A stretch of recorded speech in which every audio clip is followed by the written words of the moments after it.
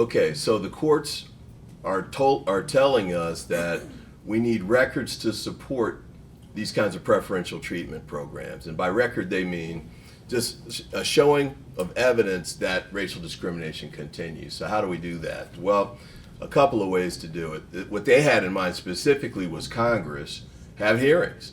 And during those hearings, you bring the information together. There should be testimony, people coming in, people who own the businesses, SBA, maybe Minority Business Development Agency, Department of Defense, whoever comes in and shows the data that, and we all know that we all know the reality of this, but we have to put it together in black and white. And the record needs to show that there's discrimination in the contracting areas where they're letting these contracts. The immediate problem we've got right now is the Republicans control Congress. As you just said, elections have consequences.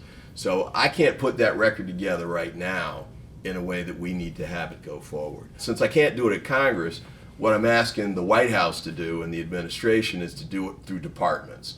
So I can't have a congressional hearing in the Small Business Committee where we do this because the Republicans won't let me do it. But the Department of Defense can put this record together. The Department of Transportation can put this record together. SBA can put it together. And guess what? They already have the data, right? So we really need to try and pull it together and do it in relatively short order because these cases are coming quickly. The last point I'll make is we've reached out to state attorneys general on this issue too. Because as we mentioned before, the states have the same kinds of programs. Many of them just adopted the equivalent of the federal program. The state programs are going to get challenged too.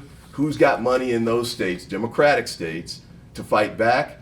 State AGs. They've got the lawyers, they've got the funding, and they've got the jurisdiction.